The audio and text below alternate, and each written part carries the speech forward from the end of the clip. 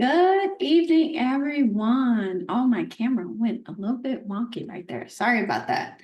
Welcome to another episode of Common Sense Co-Parenting. I am Dr. Jerry Johnson.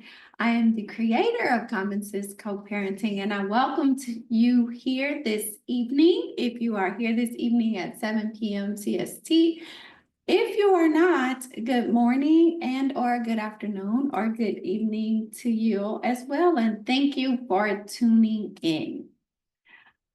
Common Sense Co-Parenting was my brainchild, and the mission that I have is to empower parents to navigate the complexities of co-parenting while ensuring a nurturing environment that centers the well-being of the child above all else. So I want to help co-parents out there, whatever your configuration of co-parenting is. It could be a husband and a wife. It could be an ex-husband and an ex-wife. It could be a parent and a grandparent that are living in the same household. It could be baby daddy, baby mama, whatever you want to call it. Your configuration of co-parenting matters. However, the reason that I am in existence and the reason and the purpose that I have is to help you navigate these situations that we have in co-parenting, hopefully a little bit more effectively, a little bit better. So in our last two episodes, we talked about confrontation. Now, if you've been on here with me for Common Sense Co-Parenting, you know that there are 5 characteristics for effective co-parenting that I will talk about. And I've talked about 2 of them already. We started with communication because it is the foundation for everything, right? We moved into confrontation because we know that with communication, we're going to have to confront some things that may not be going so well, or some issues or some problems that arise during our co-parenting with our children or our co-parents. So I went into talking about confrontation in the last 2 episodes. Today, we're going to talk about collaboration, and on the next episode, we'll be talking about collaboration too, but we have 2 other characteristics which are cadence and consistency. So as I go through the 5 characteristics of effective co-parenting that I've come up with, after that, the podcast is going to take a little bit different shift. Since I want to provide you, I'm a former teacher and I like to provide the foundation first for what it is we're going to be learning, and then move into some more examples, some more maybe guests to talk about these different characteristics and how it kind of played out in their lives. So I like to create the foundation first with talking about these, and then we're going to move into some more kind of like experimenting with some different things within the 5 characteristics. So let's get started with collaboration today. If you've seen me before, you know that I have a theme for each of the characteristics that I have for Common Sense Co-Parenting. So today's theme and next week's theme is going to be teamwork makes the dream work. Collaboration, we always hear about in jobs or in our professions. We have to collaborate with the team to get something done. We have to collaborate with maybe a coworker or a boss to hit our goals for, whatever our strategic plan is and all these types of things. But I don't know how much we talk about collaboration within co-parenting or parenting especially, but it is kind of like sometimes we need to treat it as a business.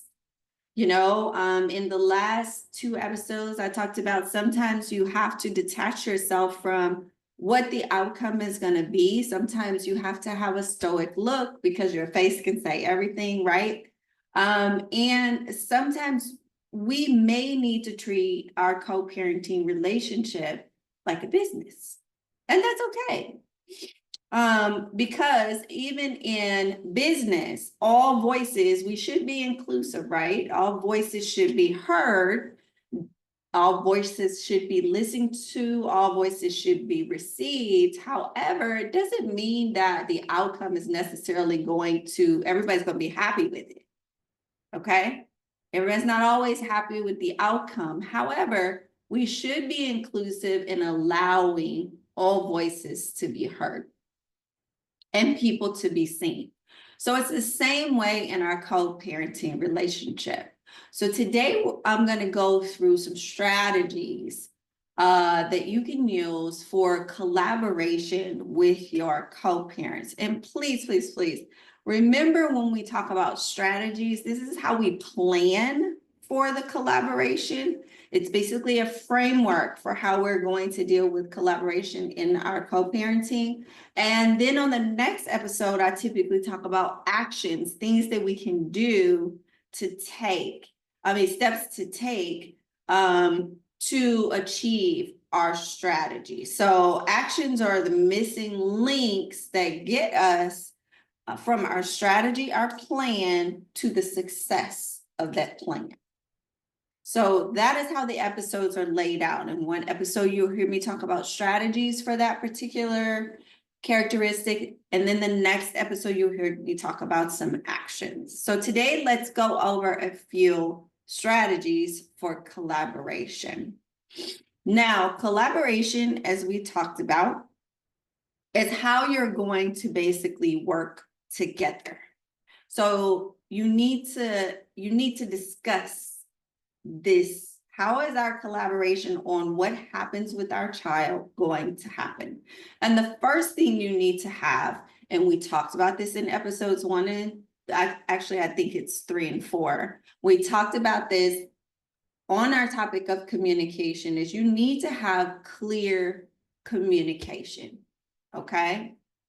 That means that if you need to look back at those communication episodes, please do, because we talked about strategies and actions for communication with your co-parent. But we need to make sure in collaboration that we're having clear communication. And I'm going to talk about some actions for this on the next episode. But basically, you're going to really, really get into clearly, how are we going to work together? What does that look like for the success of our child? And depending on the situation, it may look different.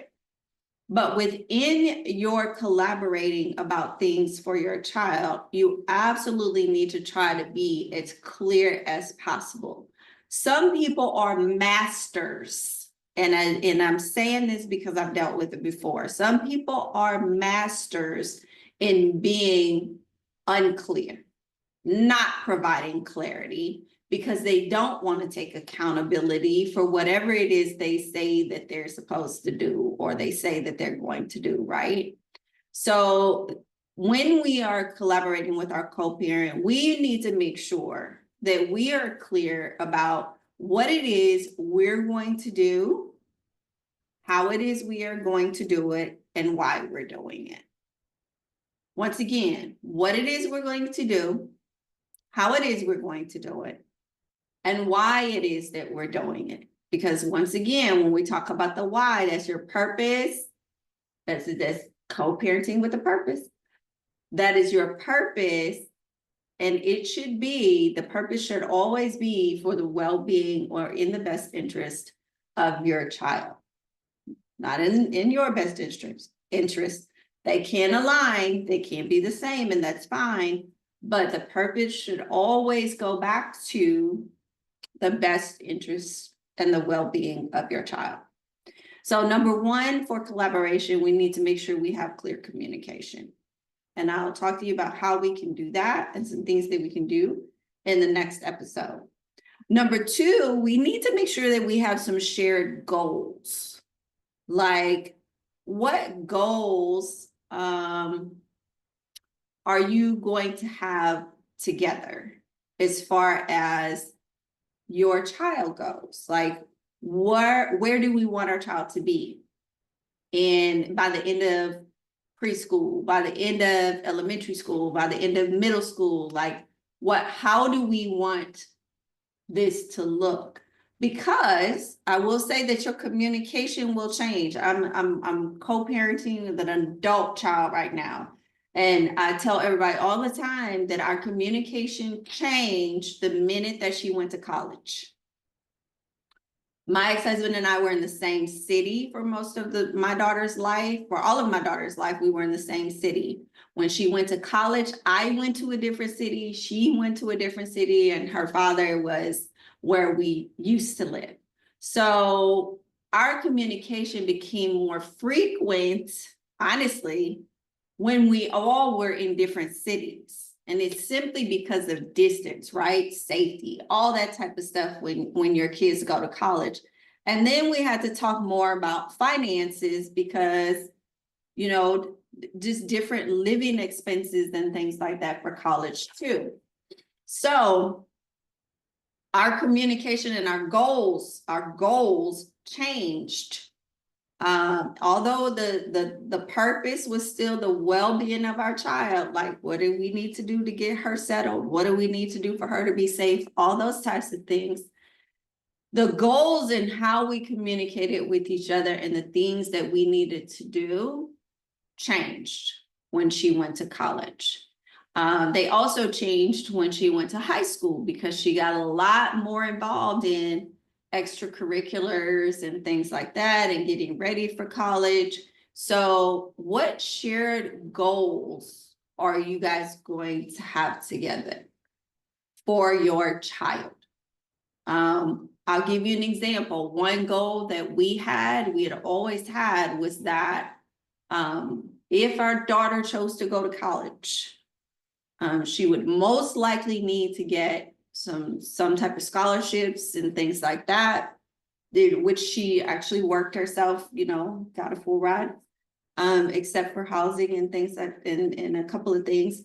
But we always had the goal that for 4 years, her undergrad degree, we were going to help her with that. She was not going to come out with student loans like her father and I. We did not want her to have debt, student loan debt, coming out of undergrad. Now, if she decides to go to graduate school, then you got to figure that out. She got to figure that out. But the undergrad degree, it was going to be a combination of her work and our work. That was one of the goals that we always held. And another goal was that, and some people may think I'm crazy, was that I would not have I would not have child support in lieu of my ex-husband taking care of a good portion of her finances for school, her health insurance, and things like that. So child support was not in my life for my daughter. I decided that a goal was I needed her taken care of. We knew both of our financial situations individually. I was very aware of what mine might be being in the field of education and what his might be and what his was with the things that he was doing. So child support wasn't going to do me any good with the things that I knew I would probably need to assist my daughter with. Now, my situation is maybe different than a lot of people's, simply because, not just because I was married, but because, how can I say this? I saw students and children in my school go through so much stuff before I had my daughter with, you know, exes and baby daddies, baby mamas, all that type of stuff. I just did not want that tension between myself and my ex-husband. Also, I was very aware of the fact that I did not know what education was going to bring me financially, because educators in this country aren't paid well. They're not paid nearly as much as they should be paid. But I knew that that was something that I wanted to do, and I love doing for myself. But my daughter did not have to suffer for that, in such a way that if her father was financially able to do other things other than just paying me child support and doing nothing else, that didn't make sense to me. So holistically, I had to look at my child's life, the quality of life that I wanted my child to have between two households. And I had to be realistic about the fact that I needed him to do certain things that I knew that I might not be able to do for a while. And he needed me to do certain things. I was the educator. I was in charge of, all types of stuff, calendar stuff. I mean, activities over the summer, all types of stuff. So we played off of each other's strengths in that way. Not everybody has that opportunity, and not everybody may be able to step back from themselves and think about long-term, what do I need for my child and what am I willing to sacrifice? Even though I wasn't even married, I wasn't married no more. I still had to be willing to sacrifice things. So when you talk about the shared goals, let me tell you this, even if you don't talk about shared goals with your co-parent, can you at least have some goals for yourself and your child? So if you know that you have to go to school for 2 to 4 years, you got to take classes, you're going to have times where you may not be able to pick the child up, or you may have to pay for that or whatever. Think about those types of things. If your co-parent is able to help you with that, have the discussion. I'm just saying, it is worth having the discussion about what is your goal even for the next year for our baby. Like, what are you doing for our baby? Are you putting money into a 529 plan for college? You got a savings account. Like, do you want to pay child support, or do you want to pay other things? Health insurance is freaking like astronomical for kids. So, I mean, think about daycare. Think about, not shoes, not clothes. You know what I'm saying? If it's food or whatever, think about these things. Think through it and think about what you really need for your child for the next year or two. Just think about that. And how can you work with your co-parent to create a situation where the child is benefiting while you're still getting what you need as well? So I know I said a lot about that one, because it is really, really important that, and I'm going to talk about some more actions, but, and I know I went into actions on this, but it is really, really important for us to think about, how are we going to, and what are we willing to give up in some instances for our child to have the things that they need to just be comfortable. Nobody's saying you got to have, everything for your child. They don't know the difference. It's their first time here. They don't know the difference.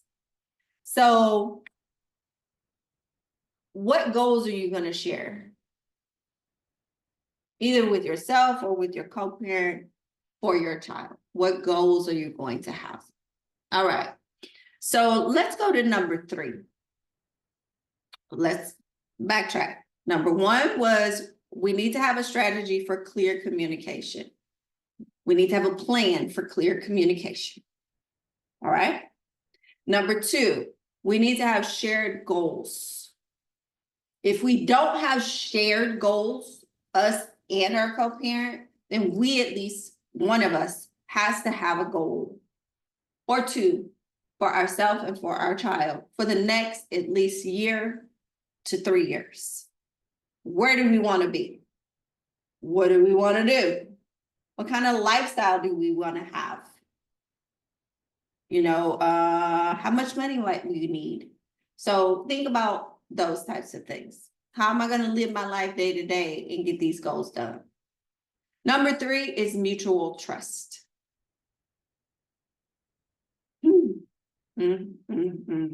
This is so hard with some people. I know, y'all. I know. Okay. I was married.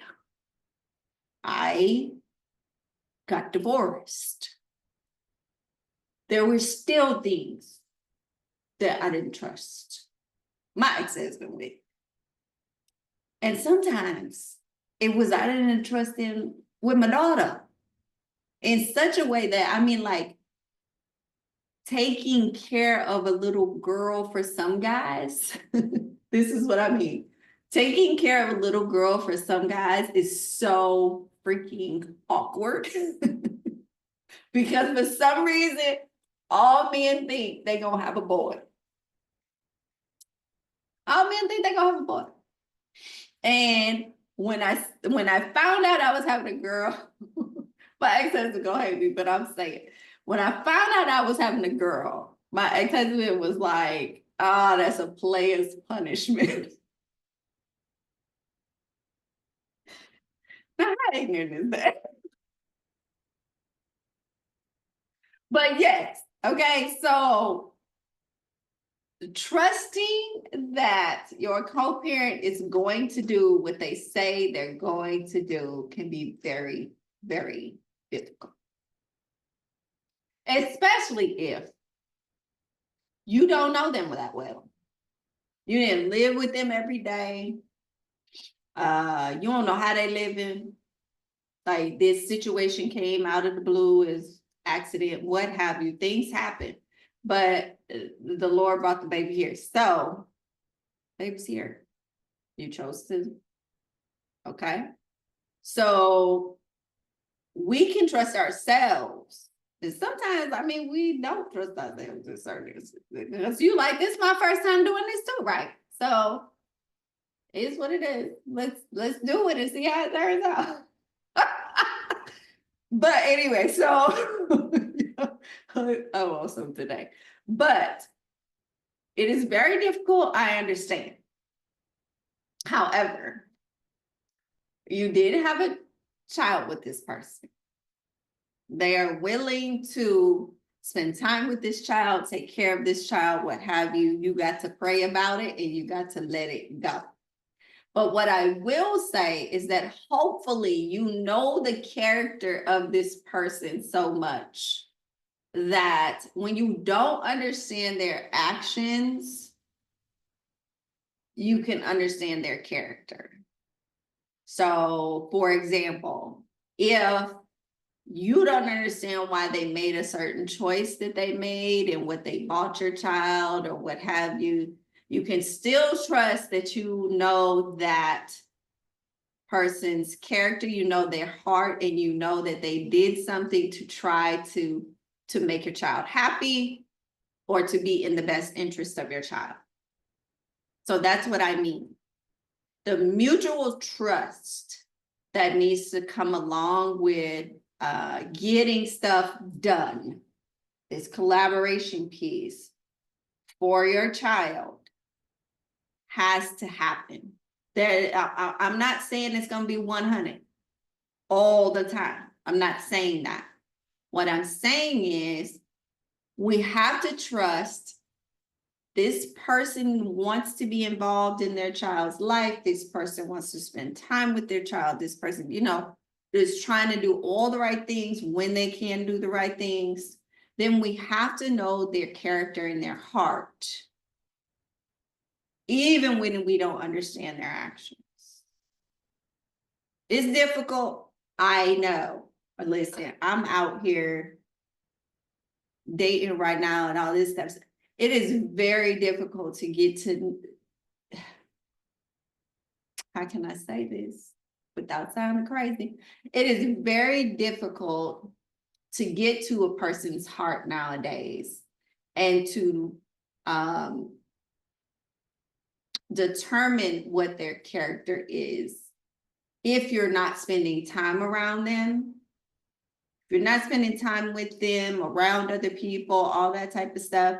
And some of us have gotten into situations where we've had kids by people where it wasn't a full-blown relationship or marriage or anything like that, where we could see them, you know, consistently out amongst people or doing business or whatever. And we don't really know the character.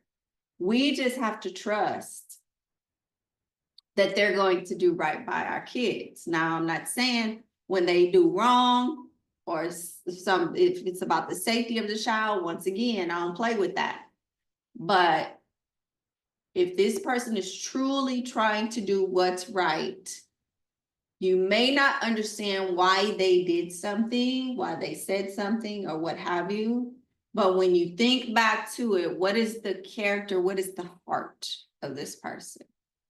And can you have mutual trust that you guys are really trying to do what's best for the child? My daughter will tell everybody, and I said this on the episode before, that she lived in 2 different households.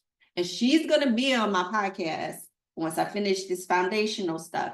And she's going to talk about that experience, because even though her father and I ran our households differently, she still saw her father and I communicate. She still saw us and heard about us confronting things. She still, you know, knows that we collaborated on things to get stuff done for her. Like, she knows all of these things that we still had to do for her. And that required me in many instances to trust that when she was with him 2 weeks out of the month, that he was doing everything that he needed to do for her, just like I was. All right. So that's number 3, mutual trust. The last one is going to be, and I know this is very difficult for some of us, it is very difficult for me sometimes.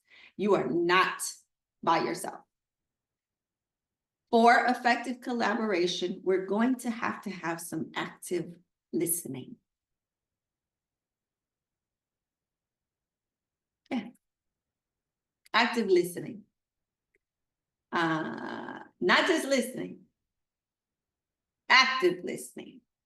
That active on there means that you're going to have to do some work. Okay? You're going to have to do some work.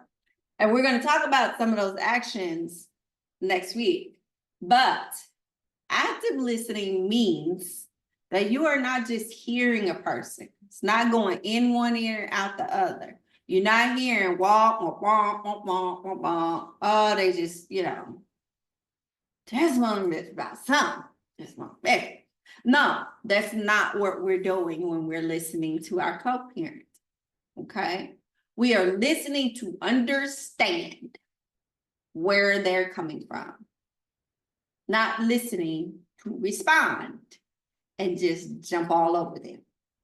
Or just to have a rebuttal. Sometimes we can actively listen and say, okay, I get that. I received that. I understand. And we can have a follow-up question to understand a little bit more if we didn't get it. This is also where clear communication comes in. And if we need clarity on something during our active listening, we can ask for that clarity. Okay, I'm not clear on, and we're not interrupting. Wait until the person finishes what they say. We do not just interrupt. I know I know y'all. I am bad at it sometimes too. When somebody says something crazy, it is very difficult for me not to jump in. Very difficult for me not to jump in. And sometimes I do. I still do. Because I'm like, no, I can't let you get that off, right? I can't let you get that off. But we need to actively listen to our co-parent, especially in times of confrontation and serious conversations. We need to listen to understand and not to respond at the moment. And we'll talk about some actions as to how you can not just hear your co-parent, but actually listen and try to understand where they're coming from on certain things.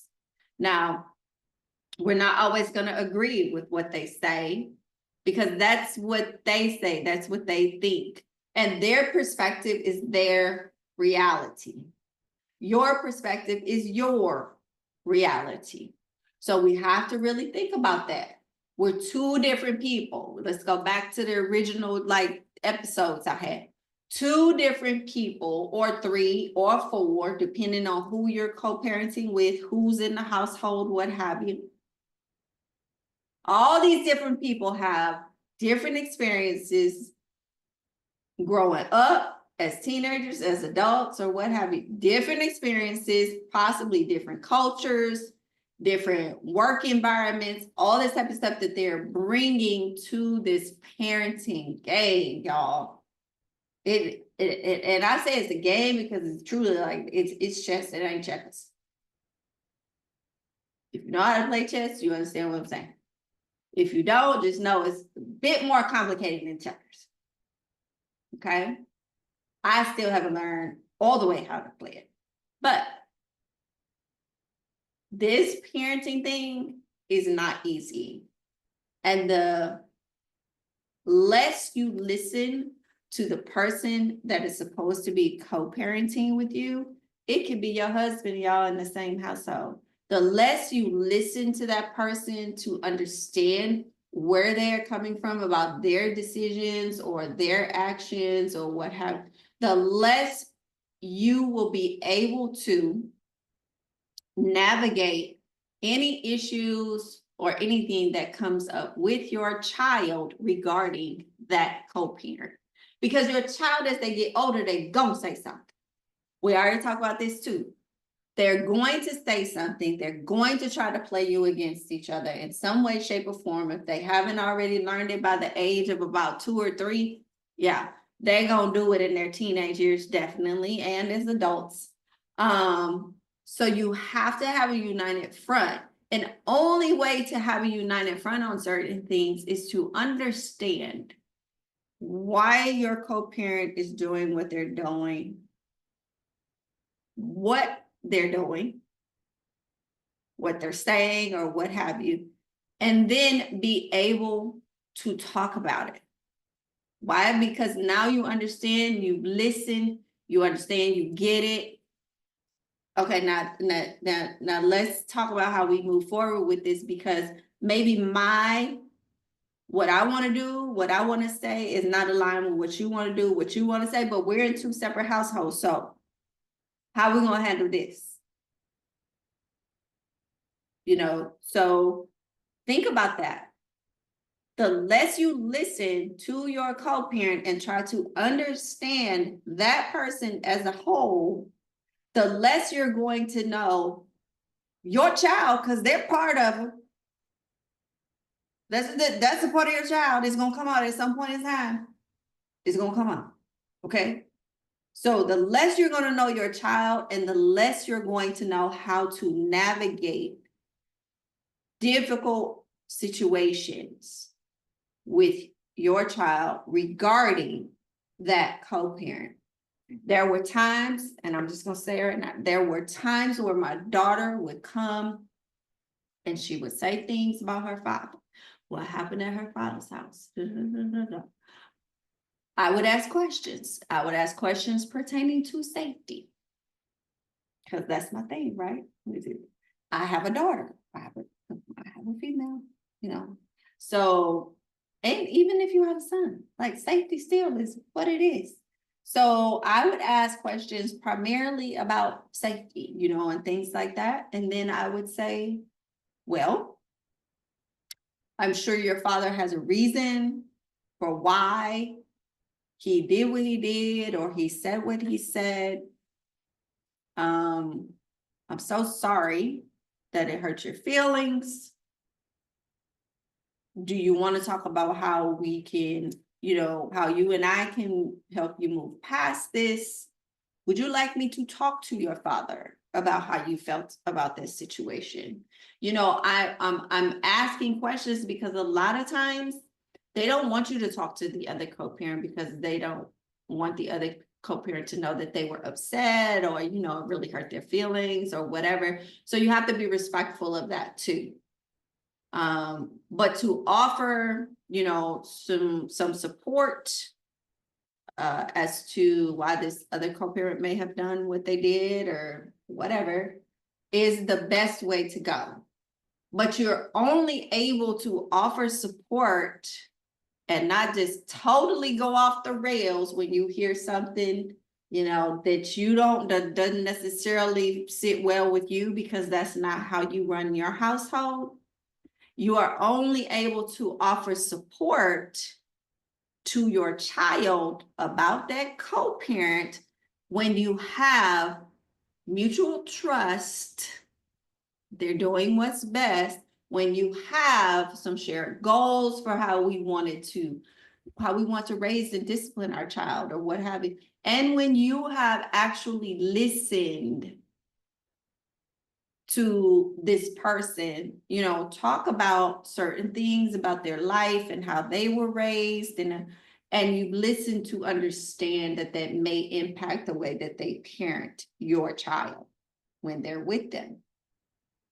Now, once again, I'm going to say, if your parenting styles are totally different and it is on the edge of abuse in any shape or form, that needs to be addressed. And you have to do what you have to do for the safety of your child. However, if it is a parenting issue because your styles are different, that's where that communication piece has to come in. You have to collaborate on some shared goals. You have to have trust that they are doing what they feel is best or think is best for your child. You got to know their character, even though you don't understand those actions. And you have to actively listen when you are asking questions about how they may be parenting and why they may be parenting that way. I always ask the why questions, like, why did you do that? Or why did you yell at her when she did X, Y, and Z? I don't yell at her. I'm just trying to understand why you're yelling at her for that. She did, I don't yell at her here for that. So I'm just trying to figure out why you yell at her for that. So it's nothing, I mean, and some parents will be very defensive about the way that they handle situations, because in the end, they knew it wasn't the best way to handle it. And when you ask why, like genuinely just wanting to know, you're not upset, you're not, frustrated, fussing, cussing, you're not doing any of that. You're just genuinely wanting to know, hey, I want us to be like aligned in the way we discipline. So I'm just asking, like, why did she get punished, to stay in for the weekend for this, when over here she don't get punished for that. I just want us to be in alignment with what it is we're doing. So I'm trying to understand why did you do it that way? Like, was it that bad? Like, did she really do something like that? So most of the time when you do ask a question, it just brings an awareness. And we all need a little bit of self-awareness. But let's go back. We don't get that self-awareness most of the time until people start asking questions about why we do certain things the way we do them, or why we said something the way we said it, or why you scrunch up your face when you were talking just now. I get it all the time with my facial expressions. Yeah, I've already said the Lord is still working on me on that. But yes. So the active listening piece, not just hearing, wah, wah, wah, wah, wah. Listening to understand, ask clarifying questions, conversation, chill, just ain't got to do all that other stuff. So in the area of collaboration, this can be a very good thing to get you all started. Like, these strategies could be very good things to get you all started in the right direction and a good pace. A good thing to have for effectively being able to work through discourse, good times, bad times, all of that. So let's go back and recap. For effective collaboration, we talked about the strategies of clear communication, shared goals, mutual trust, and active listening. These are our strategies, our plan. We're going to plan how to do these things. And we're going to talk about actions on the next episode. How do we get to successfully doing these things? I know I went into some today, and that's okay. My examples are my examples. That's fine. But we will talk about some more actions for each of these on next week. Once again, if you have any questions or comments, please put them in the comments below. Please click like and share on the video. Share it with somebody. I'm sure people need to, listen. I'm sure somebody that may need to listen to how they can more effectively collaborate with their co-parent. Be sure to subscribe to the channel if you have not already. Don't be lazy about it. Subscribe to the channel. And if you haven't already check out my merch. I created some merchandise, some t-shirts for Common Sense Co-Parenting in the comment section as well. It was so great starting our episodes about collaboration today. This has been on my mind a lot, especially with all of the businesses and things like that have been laying people off lately. It's just like, I don't know that all of these places have effective collaboration in place, because with the way that some of these organizations have done it, it just doesn't seem like they're very clear on communication and have any mutual trust with some of their employees and stuff like that. So hopefully this has helped you today. And as always, I want to say to you guys, go out there and co-parent with a purpose. Bye.